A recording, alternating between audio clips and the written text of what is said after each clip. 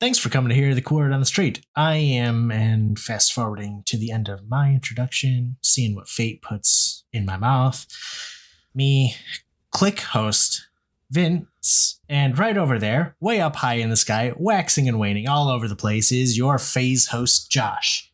What's up today, Josh? How's it going, man? How's the week? Yeah, it's fine. It all came together. That's good. Enjoying your little vacation.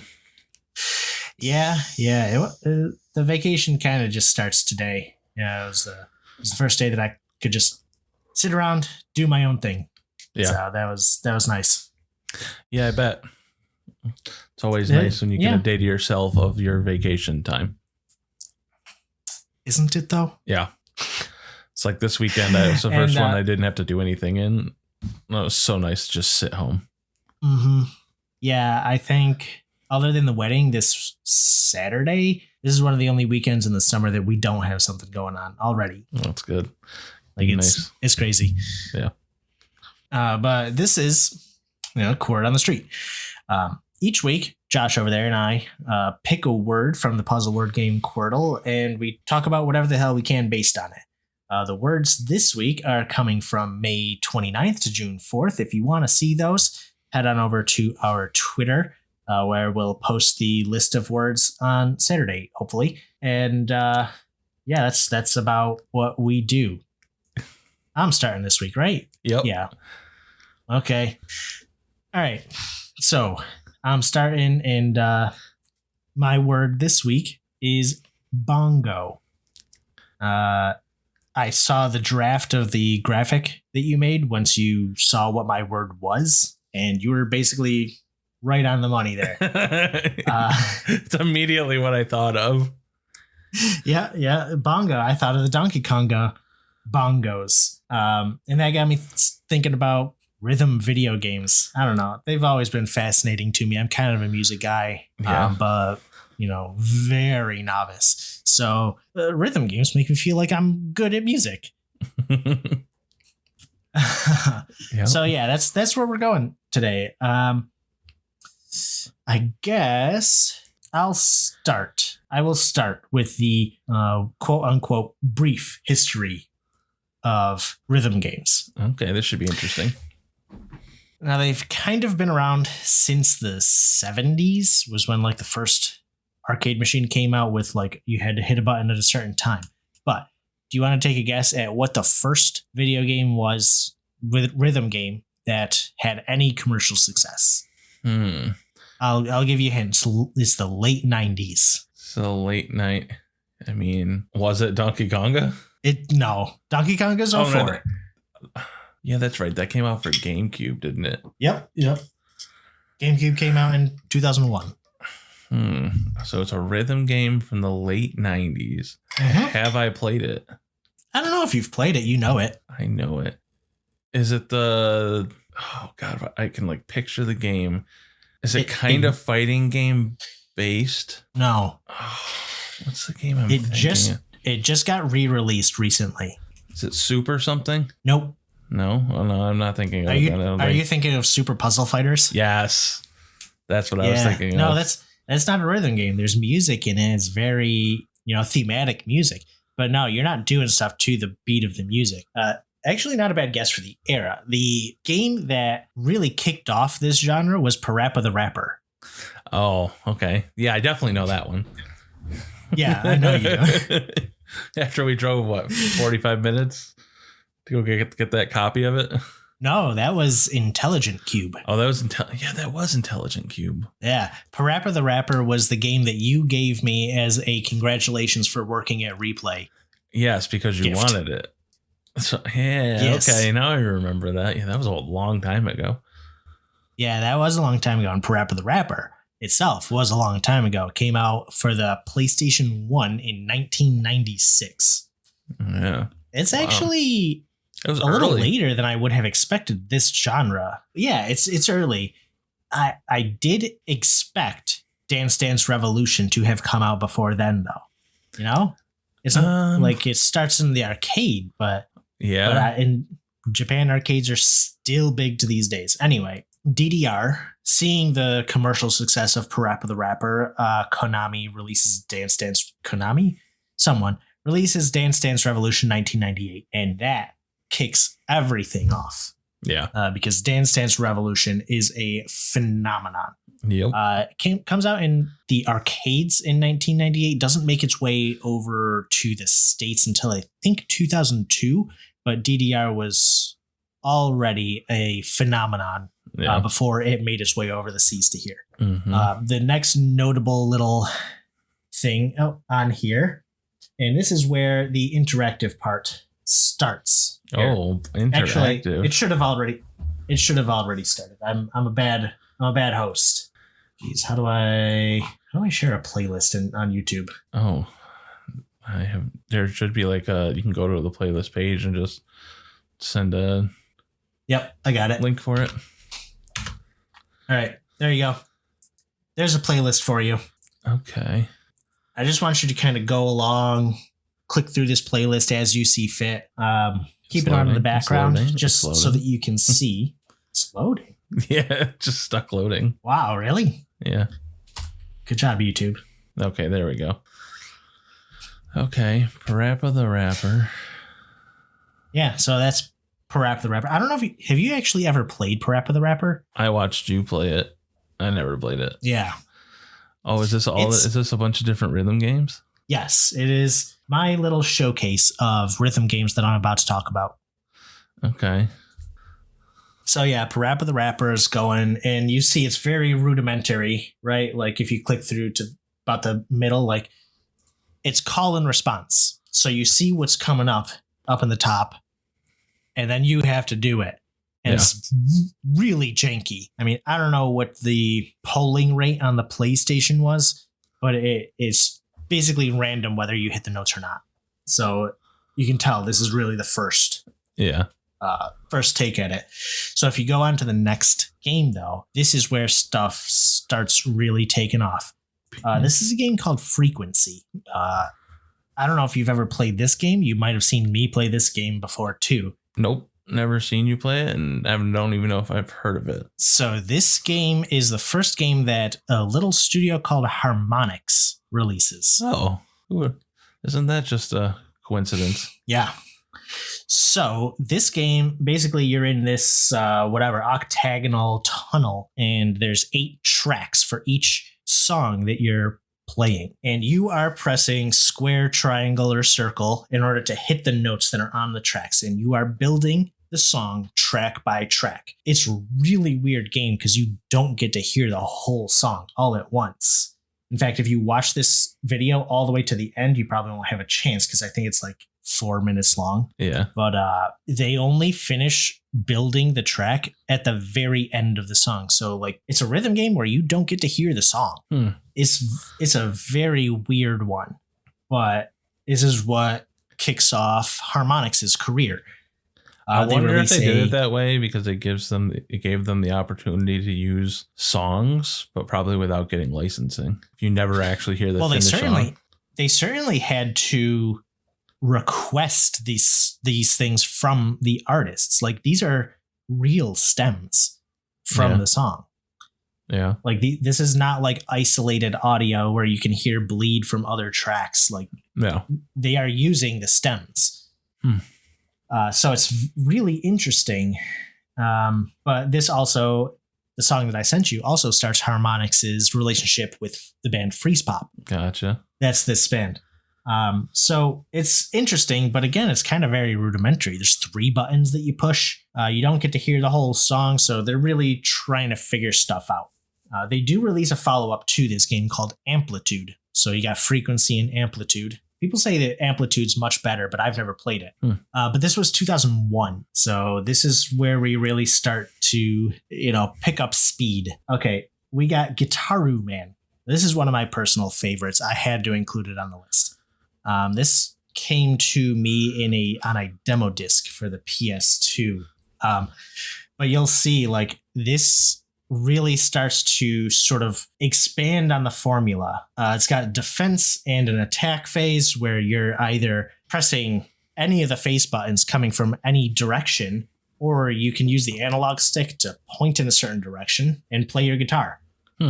I definitely have seen you play this. Yeah. This is one of my favorite games. This is a hidden gem that is actually truly a hidden gem. Not like the way that people say that Dark Souls is hidden gem, Yeah. This game is wacky too. Well, I mean, I should be fair. I feel like Dark Souls 1 was at first, but then the series did so well, it took off. Yeah. Demon Souls was, for sure. Yeah. But yeah, the funny thing about this game, one of the small details that I love about this game is the main character's name is Yuan. It's pretty typical Japanese name, right?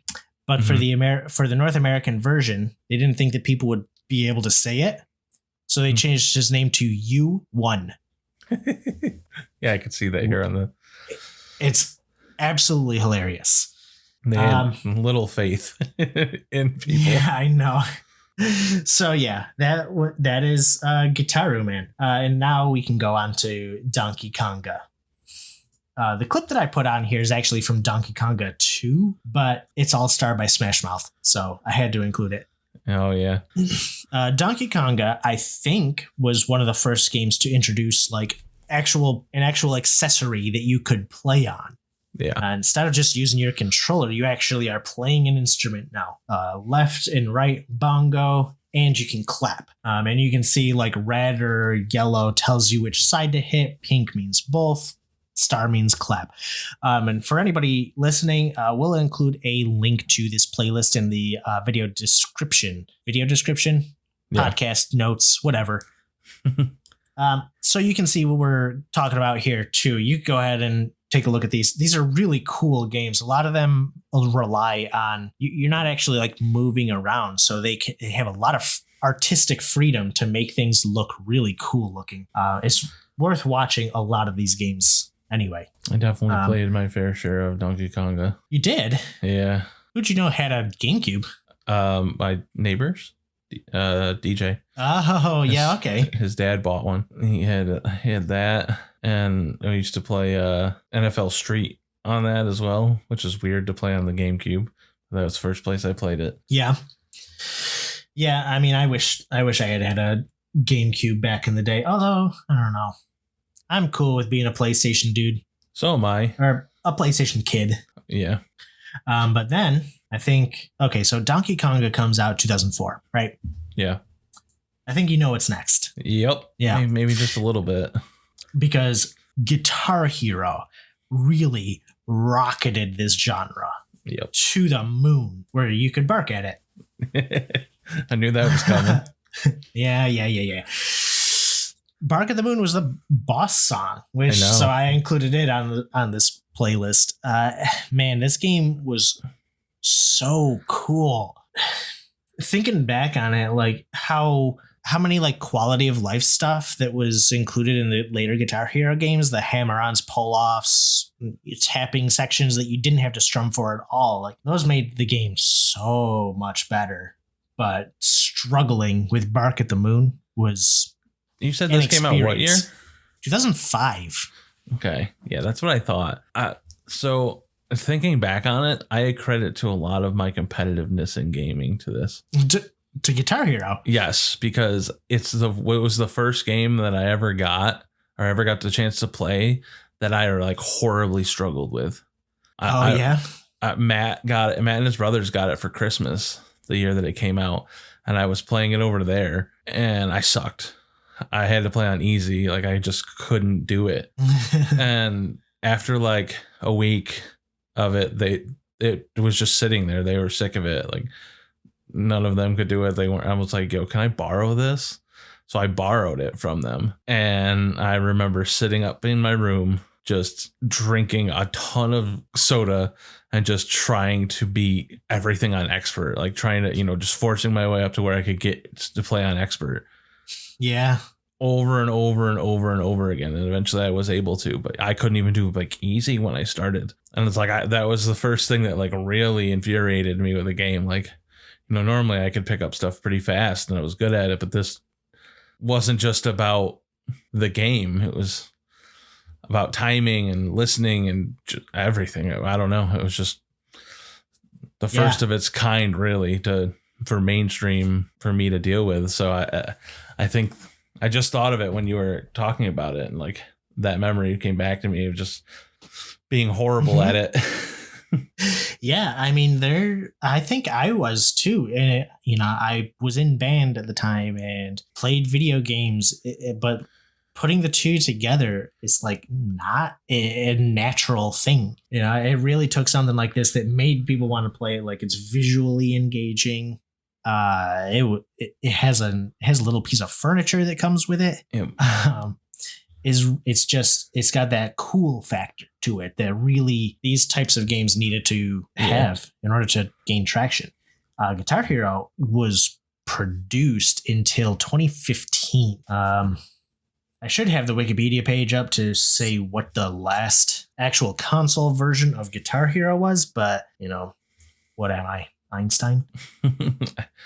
It was probably like Guitar Hero World Tour or something, or probably, yeah. So it was probably like the Wii U or something was probably like the last console to get it, like that generation. 2015. Yeah, that makes sense to me.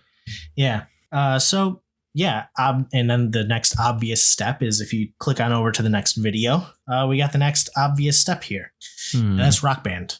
Oh, yeah. In case anybody's not familiar with the sort of drama in the rhythm game industry, Guitar Hero was made by Harmonix, Guitar Hero 1 and 2, right? Yeah. And then they got dropped by their publisher. So they had to scramble, find a new publisher. Harmonix ended up settling on a different publisher, I think EA. Yeah. EA. And they were like, well, since we can't make Guitar Hero anymore, we'll make the whole band. And they produced Rock Band. Not only do you have a little plastic guitar that's going to sell at your garage sale 5 years later, but now you have drums that are impossible to sell. Impossible to sell. You're missing the kick pedal.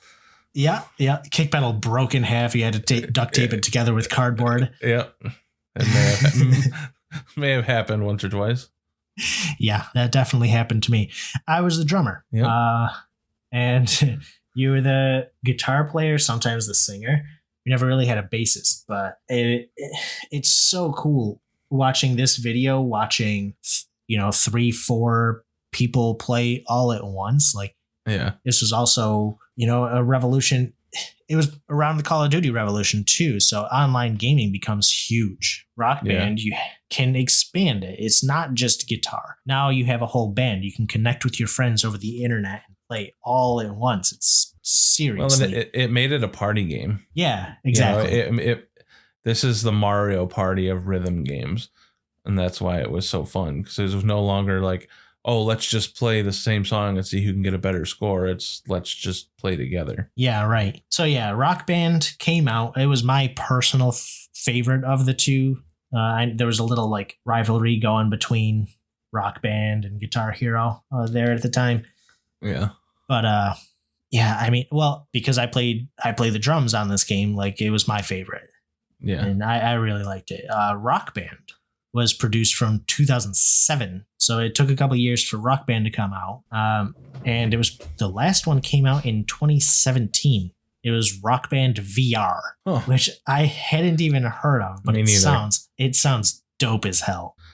I can't imagine that. I mean, I can, but like, I don't know if it'd be good. I know. And then I guess following on the heels, I guess I didn't realize how much later this came, but 2012 brings Rocksmith.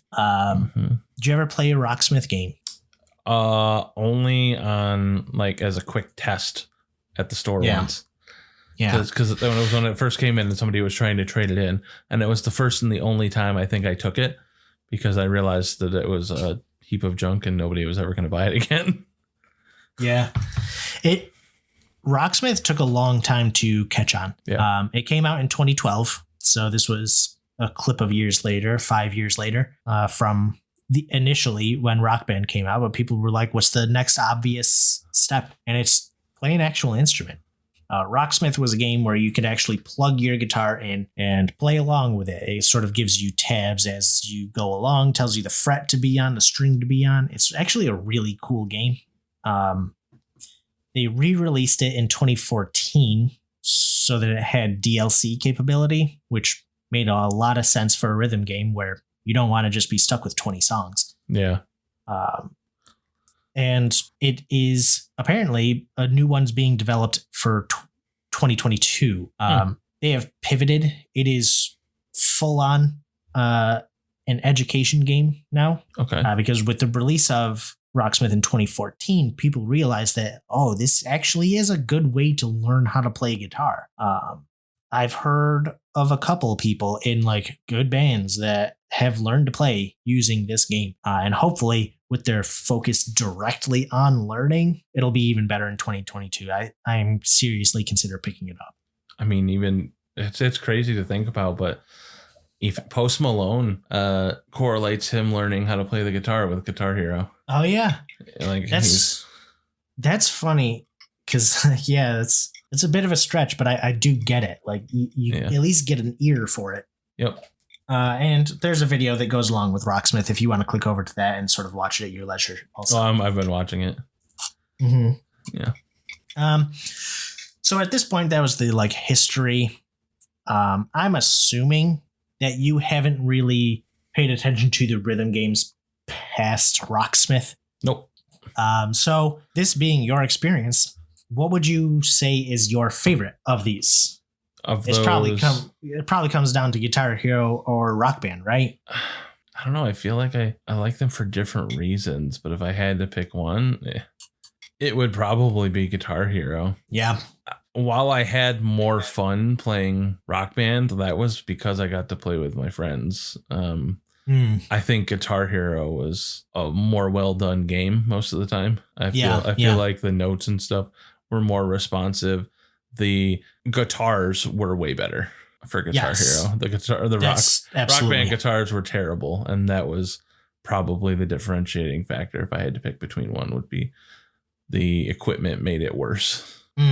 Yeah, that makes sense. Have you paid attention to any streamers doing like Clone Hero?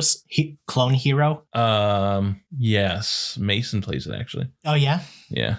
Does he like dig really far into the details? Like have to have a Wii guitar and it has to be like from a certain time. Like apparently there's a lot of like, but yeah, you never hear anybody playing guitar. Yeah. You never hear anybody playing Clone Hero with a Rock Band guitar, you know? No, never. You know, what's funny too is I'm one of the weirdos that like, even though they added hammer-ons and everything into Guitar Hero throughout the years, I still strum every note when I play. Yeah. I mean, it's a safety measure. Yep.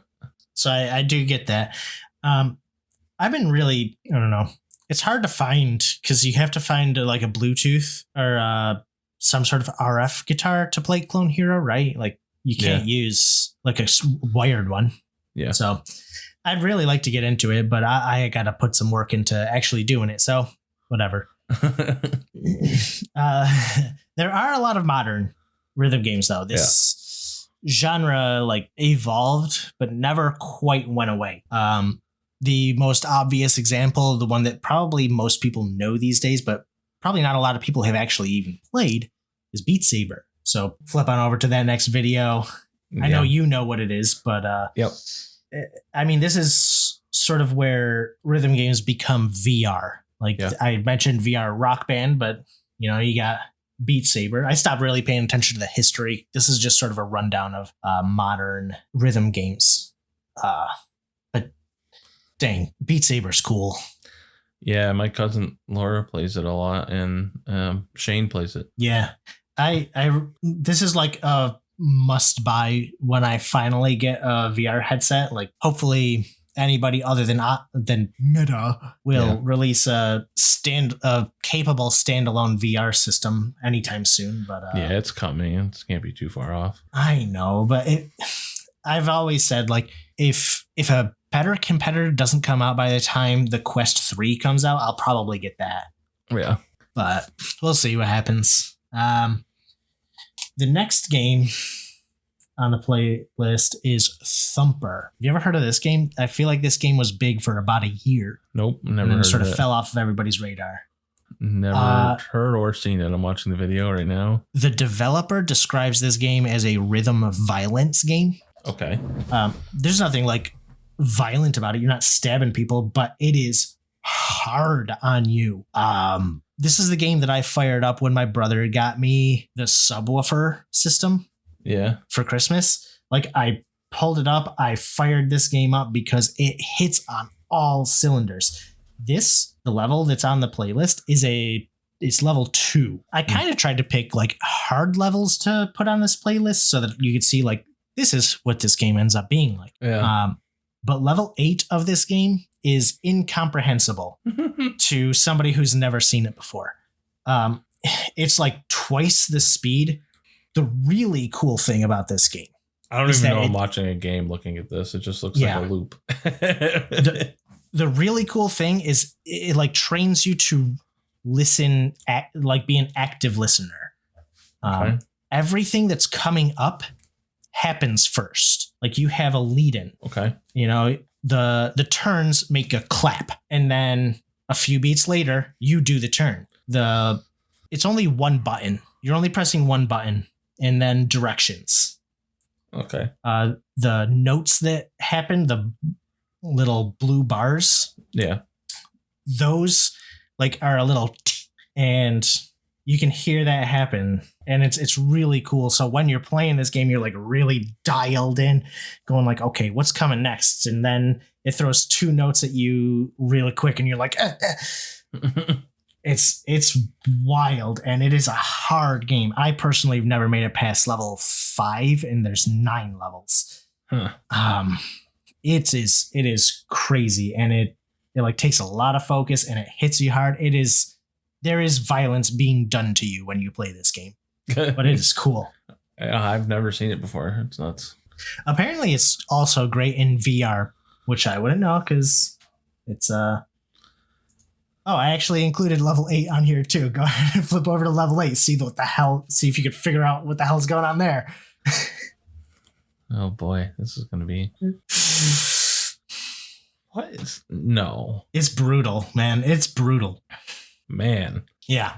You can go ahead and keep watching that while I sort of lead into the next game. The next game is another VR. Rhythm games really moved into VR.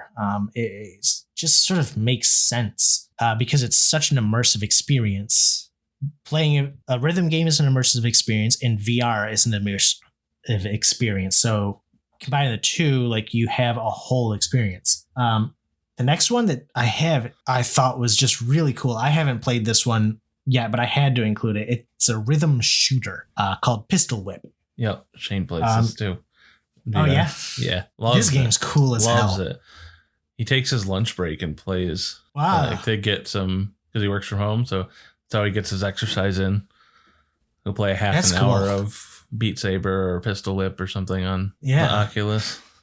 Now I kind of don't get this game. Like just watching videos, I don't think does it justice because I don't really understand the rhythm aspect to it. You know, like the person I'm watching, like they're doing things in time, but I don't see any reason that she should be. Yeah. But I don't know. That may be the sort of nature of just the recording of it. Yeah. But this game is cool as hell. I'm not sure if you've heard about this next game. Have you heard of Osu? Nope. I think Vinny said that he was thinking about getting into Osu. Yeah, he has played this, or you've played this. I haven't. No. Oh, then he's played it. It's a weeb game. Yeah, I remember. Yeah, I've watched him play this. Yeah, this game is pretty ridiculous. So, again, this is another one-button game. And this one's like abstract. You are not on a grid. You are not walking down a hallway. It is all over your entire screen. You are going. You have to aim and hit your activation button along with this time. There's like runs, and this is apparently one of the easier courses. They go up to 10 stars. This is a 5-star map. So it's absolutely crazy. It's like aim trainer for your brain. Yeah, basically. But aim trainer's not even enough because after you hit a certain level on this game, like 6 or 7 or something like that, your mouse is not accurate enough. So a lot of like the professionals or even the like enthusiasts move to using like drawing pads. You know, the type of pad that you like illustrate with. Yep. That's how they do it. Mm-hmm. And it's absolutely crazy. Yeah, it looks nuts watching it. Looks pretty fun nuts. Though. It does, doesn't it? Yeah. There's something really satisfying about watching it too. Like that was the other thing I would say is like, while there's nothing violent of that other game, it didn't make me want to play it. Oh yeah? No. But this makes me want to play it. I get that. I think. I don't know. Thumper was really appealing to me when I heard people talking about it. I looked up a video, like I was in it. I had to get that game, and I did. But yeah, I get it. Like it is kind of abstract, you know. Maybe next time you come out here, I'll have you play Thumper because it's definitely worth playing. I think it is one of the better rhythm games ever, honestly. But the next one is another probably one that will make you want to play it. Geometry Dash. Do you ever play Geometry Dash? Like, no. This is kind of. Do you know about it? I'm watching it. Yeah, it just like looks like Flappy Bird. It's kind of the game that Flappy Bird was based on.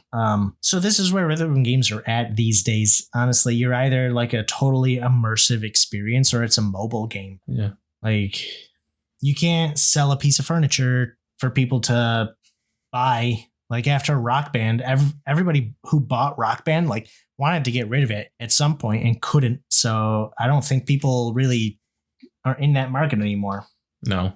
But Geometry Dash, Geometry Dash is awesome. This is one of the harder levels in the first game. I personally cannot beat this level.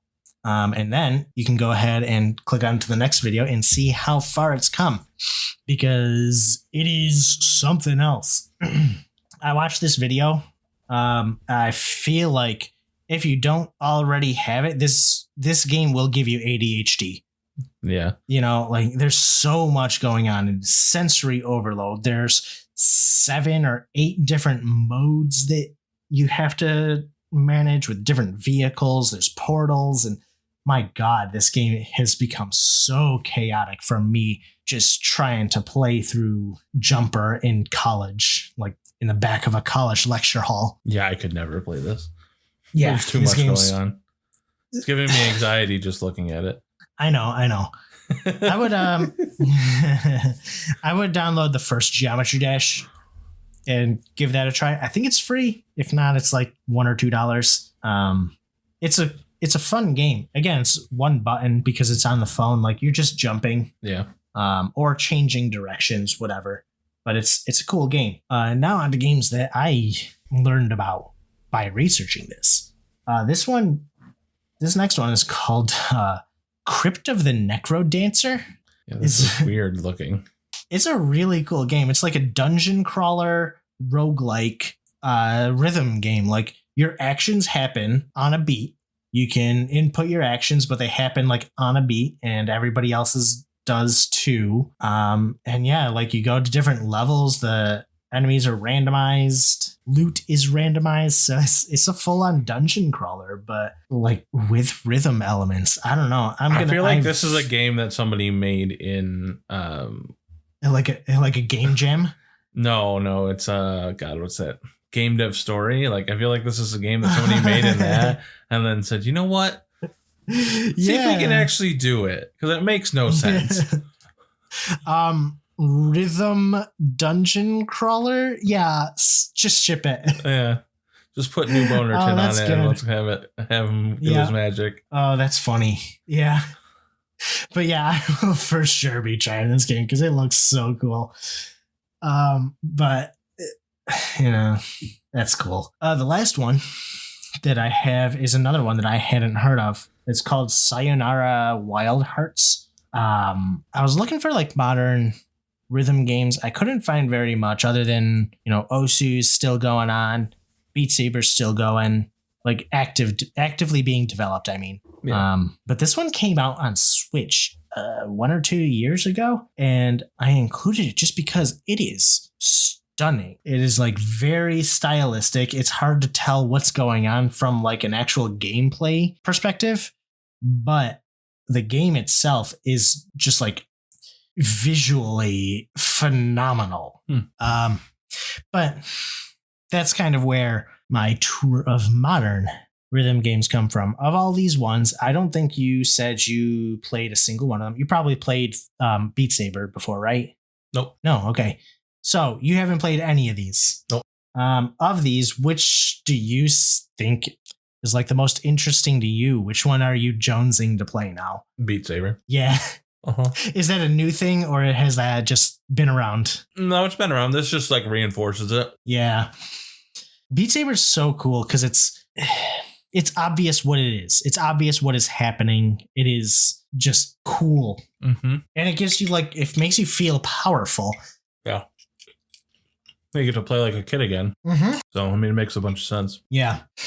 I don't really have much else on this. Anything you got to add to this conversation? This rhythm game section? I'm surprised you didn't include. There's a bunch of like rhythm Tetris games. I know Vinny plays one. Lumines? Yeah. Yeah. And there's actually another one that I want to say I own on Steam. Oh yeah, that I used. I did skip DJ Hero. Let me see if I open it up. If I could tell you the name of it, I'm pretty sure it was rhythm based. Audio Surf? No, maybe. Hold on, I'm opening. Audio Surf is apparently like a personal based. Like you can upload your own music. It'll develop a map for you or something, or maybe you make it. I don't know. Yeah, I played 8 minutes of it in my Steam library. But yeah, I think I got it in one of the Humble Bundles. It was pretty fun. Yeah, but you know me. I wonder if it's not competitive. I don't stick to it. Yeah. You got to get over that, I think. But I'm trying. I know. It's whatever. It is what it is. You do you. I'm not gonna tell you that you're right or wrong for enjoying a certain type of game. That's the thing. I don't even enjoy it. It's like torment. If I don't do good, if I don't do well, it makes me mad.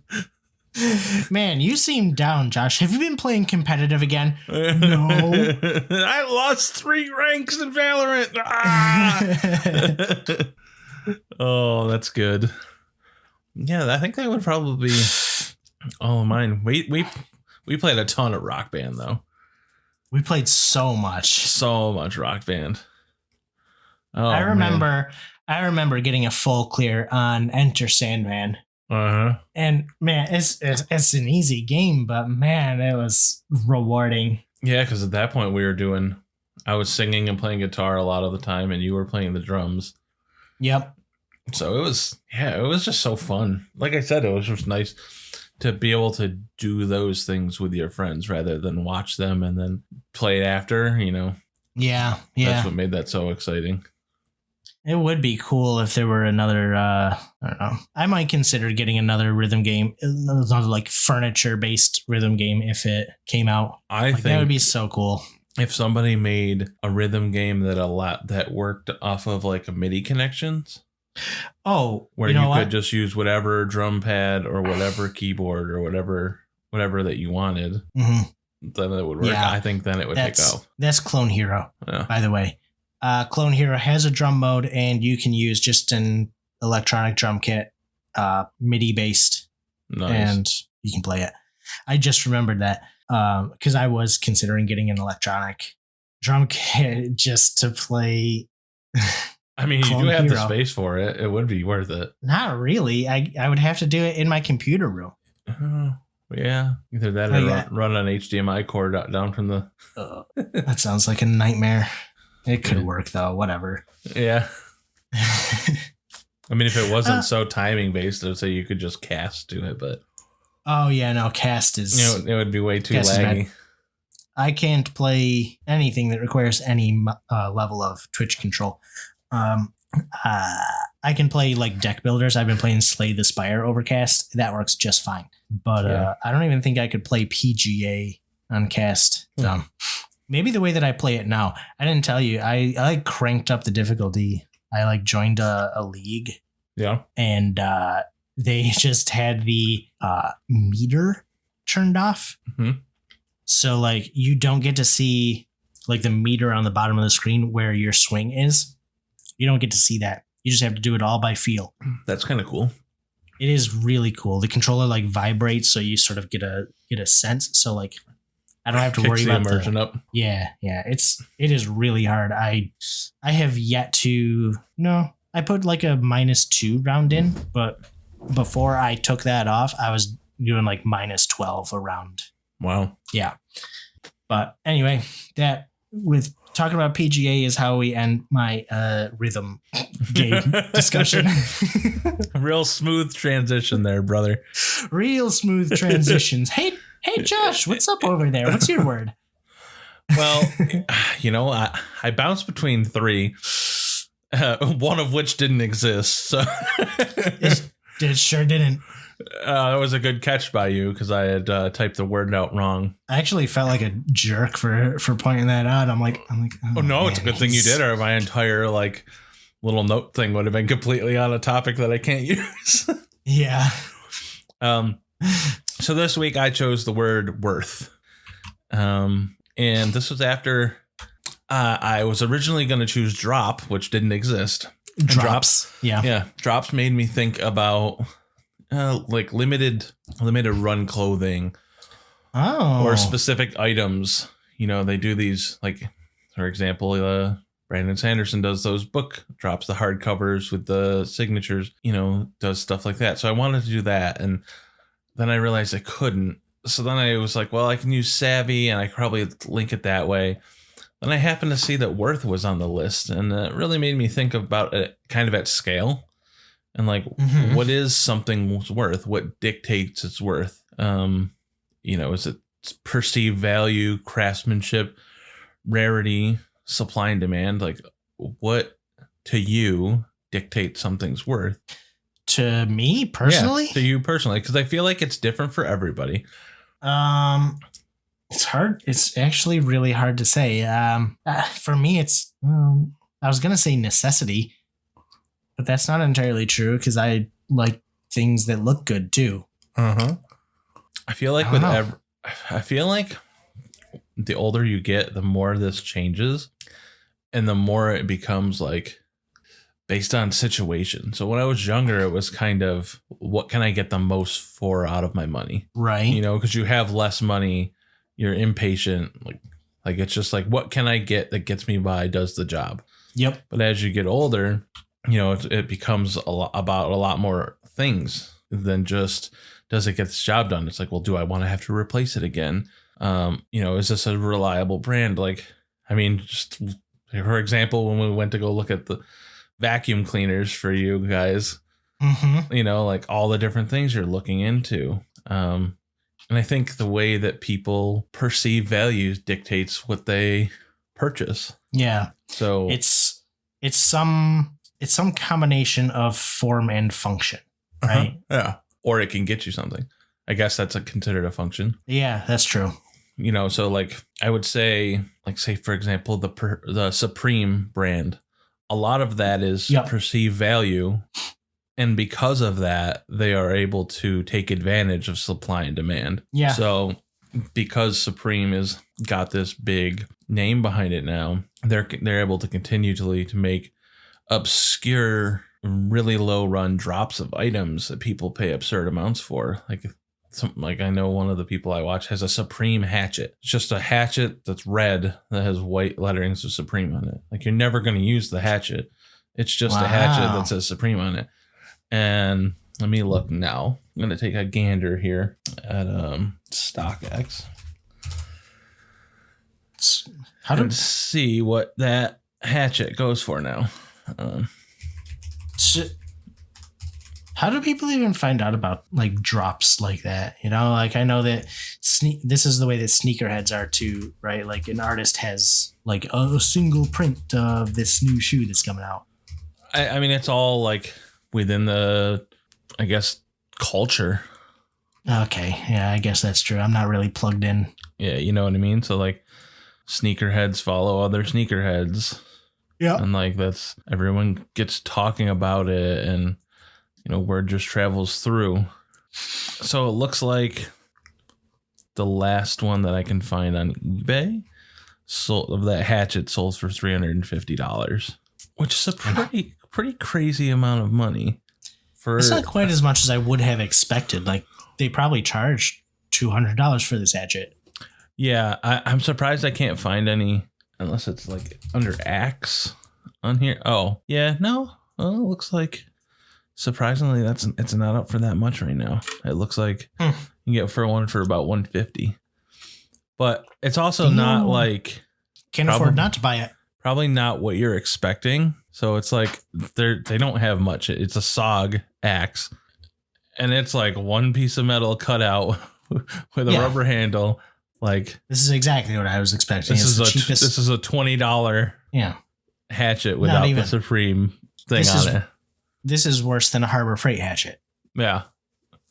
So it's like people go out of their way for that crazy stuff. And, you know, I used to be of the mindset like, God, I can never understand it. But the more I started to think about like somebody's perceived value and how it's not wrong. It's just to them, the value, they're justifying the value in a different manner. Other things matter more to them, whether it be it makes people start conversations with them, or it's a conversation piece for them to start talking about, or makes them feel part of the culture or part of a family. So I think perceived value shapes people a lot in that manner. Where my perceived value probably leans more towards craftsmanship now. As I've gotten older, you know, I value stuff that's nicer. I'm willing to, like my headset that I bought, I'm willing to pay $350 for a headset instead of continually buying an $80 one every once in a while, because it's something I use frequently. Yeah. Whereas everyone else, like I tell some of my friends or even like my parents talking about it, it's like, you paid what for a pair of headphones?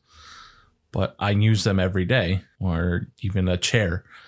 You know, it's like a nice Herman Miller chair costs you what, $1,600 to $1,800 for a Herman Miller Embody. But it's like, yeah, something like that. But it's like if you sit in it, if you work from home, or if you do your side hustle from home and you sit in that chair for an extended period of time, like if it gets you 5 years out of that chair for $1,800, it's less than $1 a day over that course of that period of time. So it's like, I don't know, I've started to lean more towards that. But even in like little things that I don't necessarily need, I can appreciate other people's craftsmanship too.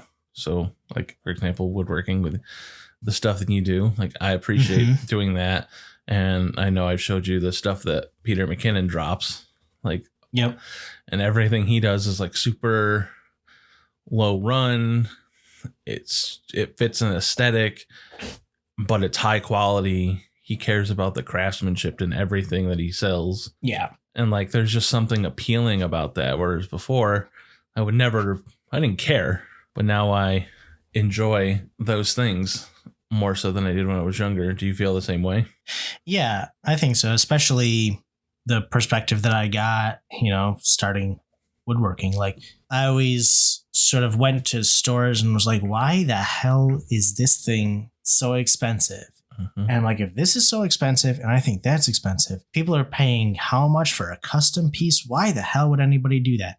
And then I kept track of how much time it took me to make one of my projects. Yeah. I was like, oh, okay, this thing that I just made, if I sold it, would be worth $1,000. Yep. Like, based on the amount of time that I put into it. If I value my time at all, and everybody should value their time in all things, no matter what, it's $1,000 to get a custom piece of furniture, no matter what. Yeah. So like, yeah, even $200 for like an IKEA piece of furniture makes sense to me. Yeah. Because what are you going to do? You're going to go make it yourself? You could probably make it yourself for only $400 more. Yeah. Like, yep. Well, except you couldn't, because you need all the tools to make it as well. Okay. So $1,900 more. Yeah. So, I mean, yeah, it's It's crazy to think about Yeah. how that shifted. And I mean, it does require an attention to detail that we've lost. Like, you know, not to be ageist or anything, but our parents' generation really got into the disposable everything, disposable this, disposable that, disposable furniture even is where it ended up getting to. And it's like, it's nice to have something sitting downstairs that I made that's going to last forever, that I made with my own hands, that technically didn't cost as much as if I went and bought it. You know, it's something that I think we're rediscovering. I do think we are, especially people in our age range, I feel like. And I wonder if it's just our age range because we're going full circle in things, or if it happens to every like generation in this like age where you start to realize that craftsmanship there. I think also we've just been fed so much cheap bullshit through life. Yeah. That it's like you get in the workforce and then, you know, your time is controlled by work. Like you get out of high school, get out of college, and you start working a real job, and like then your life is dictated by work for the most part. So it's like time becomes the most valuable thing. Yes. And I value my time off the clock much more than I value my time on the clock. Correct. Same. So I think that plays a big factor into it too. It's like you have to, and I feel like that's what a lot of people kind of have a hard time separating themselves from and thinking from that perspective. Like if this was me on my off time, what am I going to do? What is enough money for me to spend my extra time doing this? Right. And if that's what it's going to take to get you to do it, then that's what that person's worth. Like if you're not willing to go in to work for $50 an hour extra over your normal thing, then why should that other person that's doing something that you can't and is perfected crafts by doing it over and over again, why shouldn't they get 50 an hour or more? Yeah, I know. And I feel like we're starting to really realize that. Yeah. When I say that thing that I made, that pantry that I made would cost $1,000, that was estimating my time at like $30 an hour, which is not enough. No, not even close. So like it is crazy. But yeah, I really do appreciate it. Even outside of like handcrafted stuff, like you were saying with headphones, right? Like just stuff that is built a little better. My father, not my whole childhood, because we didn't have a Walmart in our town growing up. But as soon as the Walmart went in, he started going down to the Walmart buying $15, $20 shoes. And he would blow them out in a year, and he would buy another, he would blow them out and buy another, and then those ones would only last 3 months, and then he would buy another. And he was like, why would I spend any more on shoes? And I'm like, just spend $60 on a pair of shoes. And that first pair of $60 shoes that he bought after I convinced him to, he still has. Like 10 years later. Yeah, makes a huge difference. I mean, don't get me wrong, there definitely is, designed inflation on things. Oh, yeah. They know that it's a more premium, so you're paying more than just for the premium. You're paying for the idea of a premium as well. There's diminishing returns. Yeah. You mentioned the Aaron Miller chairs, or Herman Munster Miller chairs. Herman Munster. Yeah, Herman Munster chairs. They're not worth whatever, $1,600, $2,000. But there are levels to these things, right? Like if you get a $100 chair, it is horrible. And then I feel like because I'm shopping for one right now, it feels like the next threshold is like $400. Yeah. You spend $400 on a chair and it is significantly nicer, will last significantly longer, will be better in all ways. Just is hands down. There's no reason not to spend $400 on a chair that you're going to sit in every single day. Yeah. And then like above that, once you hit $1,000, like there's almost no reason to go above that. You're going to get everything that you need. The only thing that you're paying for at that point is the prestige. Yeah. And that's where I stop seeing value, I think. Um, this is a little similar to one of my backup topics. I was going to choose, what was it? Grade was this week. I was going to choose like things that have these grades, these gradations of quality, because I heard somebody recently talking about foam, and they were like, I didn't even know there were different qualities of foam. I'm like, there's different qualities of everything. And chairs, like there's different levels, there's different thresholds that you can hit that get you the next level of quality. Yeah, I had to actually just have this conversation with somebody else that I know, and it was kind of about hard drives and RAM. So Amazon has started doing, I don't know if you've seen, but they have like their Amazon Basics line of computer parts. Oh my God. So like RAM, hard drives, like all that kind of stuff. And he's like, I bought some Amazon Basics RAM and it didn't work, and I had to send it back, and like the sticks didn't have the same sticker on them. Like, what's going on? I don't understand it. And I'm like, yeah, it's just like C or D tier RAM. And he's like, what are you talking about? Like, there's only like 4 or 5 companies that produce RAM and hard drives, that kind of stuff, and like they grade them out. So like there's certain... hold on, are you talking hard drives or just like solid SSDs? states? SSDs. Okay.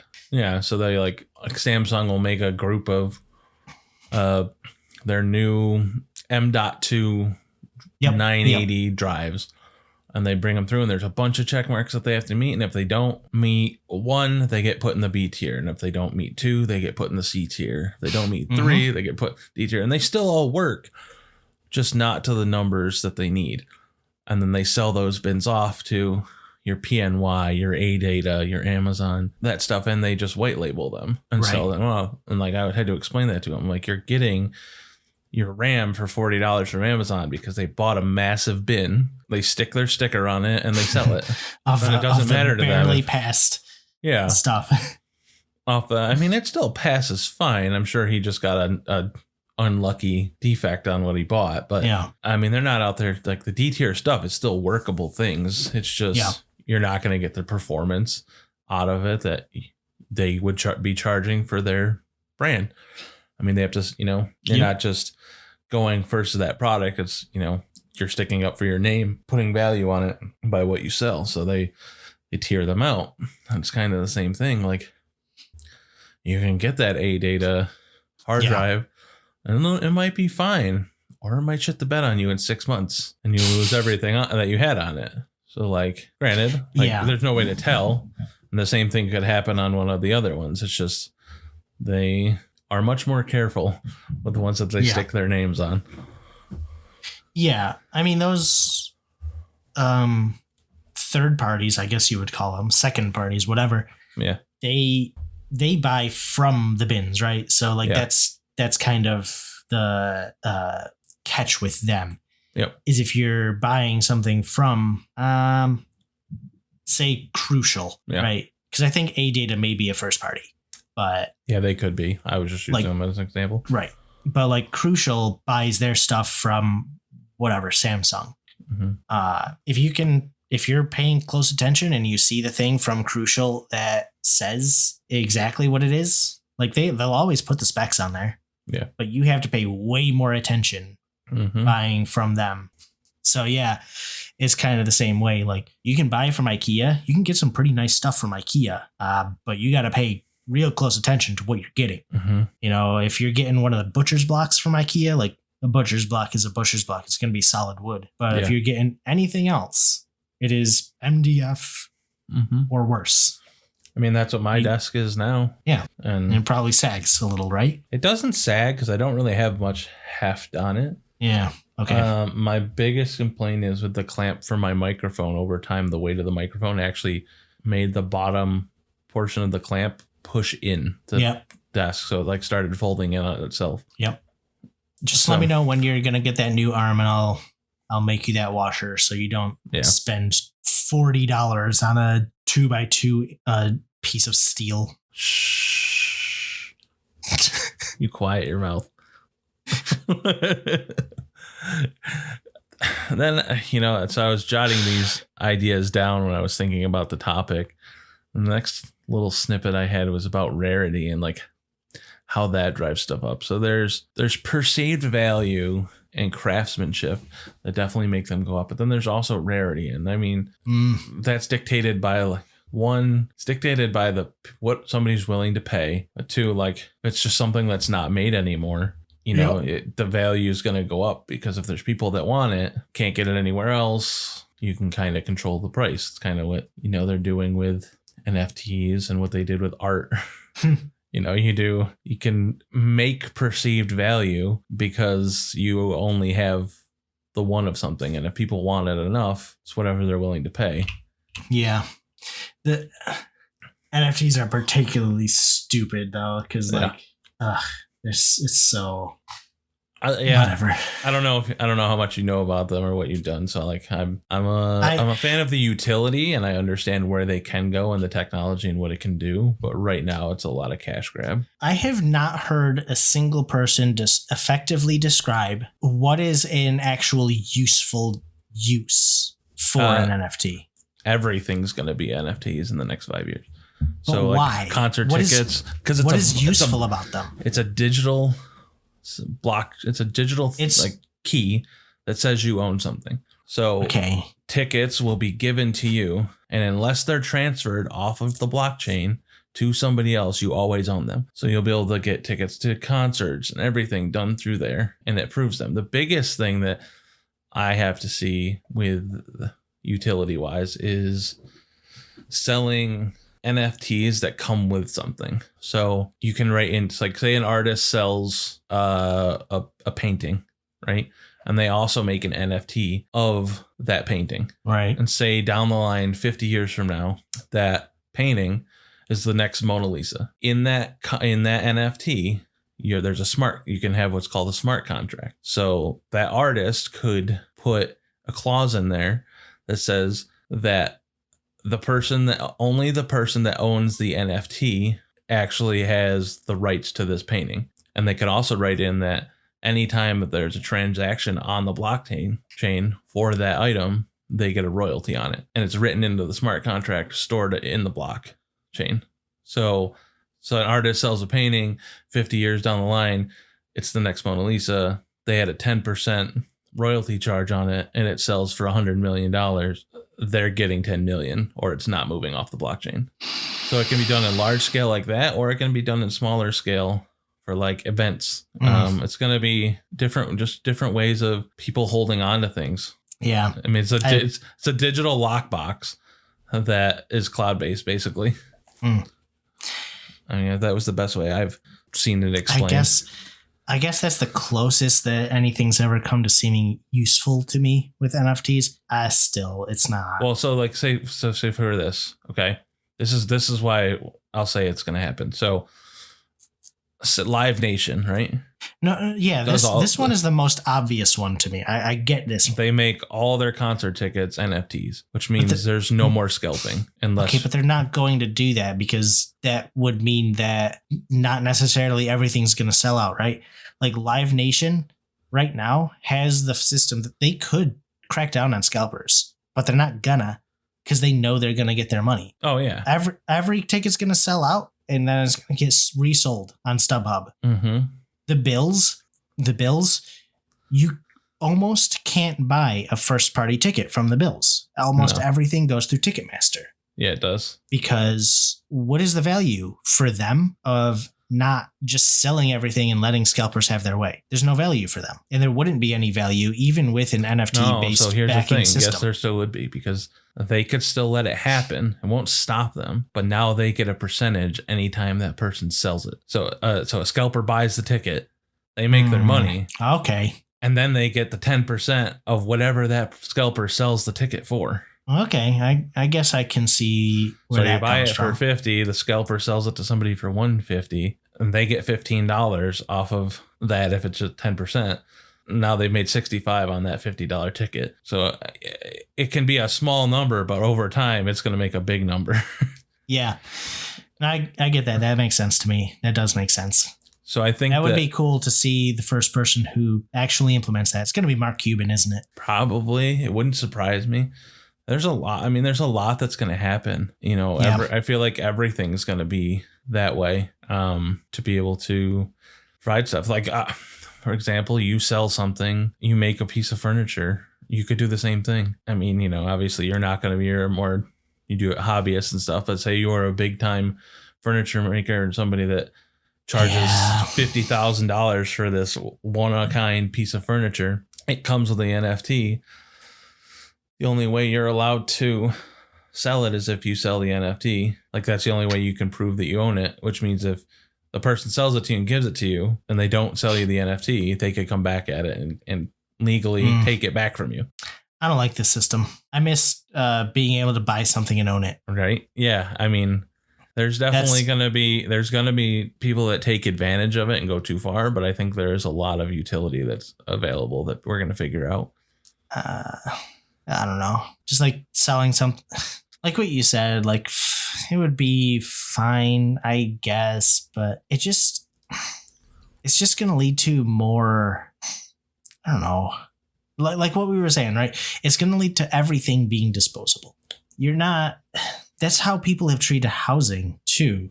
Like what you're saying, like someone could get it gives me chest pains just thinking about it. I just want people to go back to buying things and owning them. Yeah. No subscription services, no reselling, no. That'll never happen.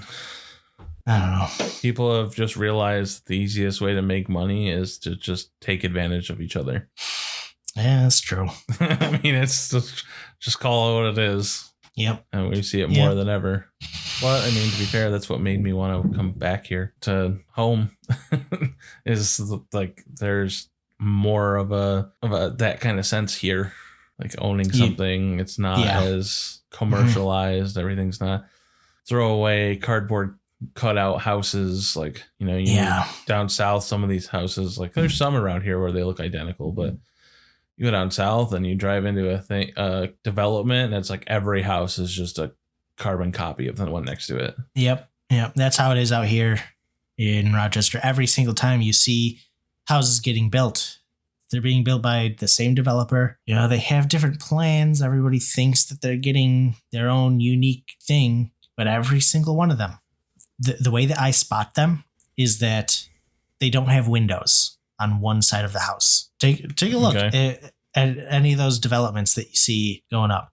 They will not have windows on one side of the house. It's a cost-saving method. They put all the guts in the house in that one wall and then seal it off. Maybe there's a small bathroom window, but it's just the most obvious sign that house was made cheaply to sucker some sap into buying it and thinking that they're in some sort of neighborhood where, you know, then their neighbors will yell at them for not bringing their garbage can in soon enough. Yeah. Yep. It's like, I don't know. We got off on quite the tangent there. What? No, this is entirely relevant. It's not entirely different than what you're talking about. I mean, like, we're talking about, you know, things that we are coming to value once again and things that are becoming less valuable. It's like, there's a balance point somewhere in here that will reach, hopefully, before there's just so many things weighing on Yellowstone explodes. Yeah. There's just so many different things weighing on it. Then it's like, you got your, I feel like supply and demand and rarity kind of go together in that sense. I mean, look at the graphics card market with all those being gone on shortages. And it's like, that's a perfect example. There's people out there paying $1,500 for that 3080 that we saw in Best Buy the day I was out there with you. Oh, that was a 3070. Was it? No. That was a 30. It was a 3070 for that price. That was water cooled. Yeah. No, I don't think so. I think it was just a tough. I think it was just a tough gaming one. No, it was a water cooled one. I looked it up. It was a big box for a water cooled. No, it's like AIO built onto the card, so it has a pump and like a radiator and everything that goes with it. God. Yeah, ridiculous. It was one of the. Anyway, the market's normalizing again. If you feel like you need to upgrade, now is the time before the economy starts seeing the neon gas shortage. Yeah, it's coming too. Yeah, I'm good. My 2070 Super still does completely fine. Yep. I couldn't justify it. I had another opportunity like a month ago. I found a 3070 at Best Buy, and I could have gotten it for like 800. Yep. I'm just like, I just can't justify it. Not for what I play. Yeah. But yeah, it's the other thing that I wanted to bring up is like artificial scarcity, right? Yeah. Like that was actual scarcity, but honestly, like Nvidia could just produce that number of cars they were able to produce this past year and sell out of them constantly all the time, make their own money, and move on. I'm gotta be honest, I think that's what Apple does. It's absolutely what Apple does. And you know who else does it that people ignore though is Nintendo. Oh no, yeah, Nintendo's horrible for it. Nintendo entirely does this. I remember doing this with amiibos. Yeah. When I was really into Smash Brothers, I was looking for a specific amiibo. They would only make a certain amount of them, only ship a certain amount of them, and then say that there were shortages. Mm-hmm. Like I knew, like they were going to different places at different times. They had them, just they only made a certain amount of them, so they could control the supply. And Nintendo's pretty bad. Yeah. And I think people give them a pass a lot of times. But Nintendo gets a pass on everything, I feel like. Yeah, that's for sure. They just have such a hardcore fan base that. Yeah, I know. They'd have to do something just absurdly crazy for people to stop supporting them, I feel like. Do you know that the Switch save game data doesn't back up to the cloud if you don't have Nintendo Plus? Wow, that's wonderful. Yeah, right? I just learned that like a couple weeks ago. Doesn't surprise me, I guess, really. Linus went off on Nintendo's anti-consumer sort of thing. And it's like, yeah, that is pretty nasty. It's a pretty nasty thing to do. Yeah. To be like, we own your game data? Pff, come on. Yeah. That's definitely crazy to think about. It's more and more of those, though, as we, grown. Yeah. With the internet, like. Yeah. Everything we do online is owned by somebody else. Yeah. I love seeing companies like scramble when they do something idiotic. Yeah. Like, oh no, we were just kidding. We're actually not going to do that. Happens in everything. The most recent one that I can remember is Taco Bell with their Mexican pizza. They're like, we're discontinuing the Mexican pizza. And then everybody freaked out about it. And then they were like, yeah, sorry, we misjudged. Apparently the demand for this thing is about 7 times higher than we thought that it was. Yeah. And it's like, okay, at least they owned up to it. But like, I love seeing companies get caught in their own bullshit. Well, it's like, I know this isn't completely the same, and I don't know if you've seen it or not, but like Walmart just got caught up. They made Juneteenth ice cream. Walmart brand Juneteenth ice cream, little like quart size things, and put them out to sell them. And, like just mass shipped them to every Walmart. Okay. And I'm like, what's it called? Juneteenth. I don't see the issue with that on face value. Is it? Oh, it's just because they're trying. Okay, no, I got it. Yeah, I got there. They're looking to profit on this thing. Yeah, they're just. Look, it's just pure profiting. It's just what's the celebration edition Juneteenth ice cream? They just throw that on there, make it the colors, and that's it. Yeah, they're literally just trying to profit off of something that's supposed to be a celebration, and they're just trying to make money on it. So like they're getting huge backlash over it. It's like, come on, you had to know that was going to happen. Didn't Walmart also do the "We Got the Freedom" things? Yep. That one was egregious. Like you did no market. You didn't ask a single black person if "We Got the Freedom" is a good slogan. No. Yeah, their marketing team was not the brightest. It doesn't seem like. I guess, yeah. I mean, they all live in Arkansas, so. I mean, just look at are you watching the stream? Do you see the container? Yeah, I know. What flavors even is it? Like, I'm sure it has to tell somewhere. It did say on the side. I couldn't quite read them. It's rolled red velvet and cheesecake flavored ice cream. So, it's just a chocolate and vanilla swirl. Yeah. Wow. Brutal. Oh. Yep. Celebration edition. Juneteenth TM. Yeah. They trademarked Juneteenth? I don't know. Either that or somebody else did, and they got the rights to it from them. One of the two. Yeah. Fuck right off. Yeah, just seeing them. But yeah, that made me chuckle. Oh my God, how stupid are you? And they also have this one too. I don't know if you, the Pride ice cream. They're just straight coming for the value. Wowzers. Yep. Well, I think that's probably a decent spot to end it today. That sums up what I have. That'll be down. nice. At least you reminded me of Juneteenth. Like, I don't profit off it or anything, but at least I get it off this year. Right? I mean, that was... I go back to... Okay, I'm on vacation this week. I think I go back to work 2 days, 2 days off, work 2 days. Weekend. Oh. Yeah. That'll be a fun week. Yeah, that should be a pretty fun week. You should be able to have a nice little on and off. I don't get any of the I guess non-traditional holidays. The secondary holidays. Yeah, like the ones that, like, I don't get President's Day or anything like that. I get Christmas, Thanksgiving, those kind of things. Yeah, I got Memorial Day off, so I didn't have to spend 8 hours on this vacation. Yeah. It was nice. But yeah. So yeah, I guess we're wrapping it up then, huh? Yep. Cool. We can we'll keep this record session under 2 hours. Yeah, try to.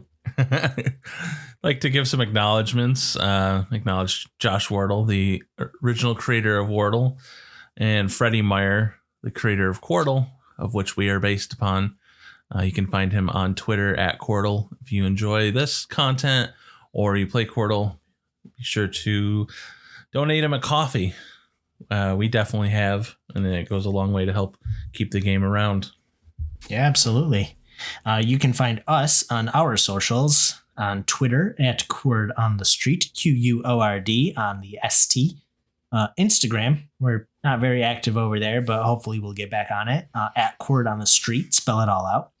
You can watch us. I mean, we're not doing video, but you can listen to us on YouTube /Quord on the Street. If you are listening to us over there, give us a like, subscribe, and a comment. And wherever you're listening to us, whether it be Apple Podcast, Good Pod, Spotify, whatever else lets you, please leave a review. We would love to hear what we can do better. Yeah, if you have any long form content that you want to send our way, if it's something that can't fit in a little review, or you have an idea for a topic for us, you can go ahead and email us at quordonthestreet@gmail.com. And we are in the process of working on our website, quordonthestreet.xyz. Hopefully that will be up relatively soon. Any day now. You can Any week now. You can get us on our personal Twitters. I'm Scuzzy. I am SKUZZEY. And I am at V_C. Spell out the underscore. And with that, we'll just ask you to help us get the Quord out.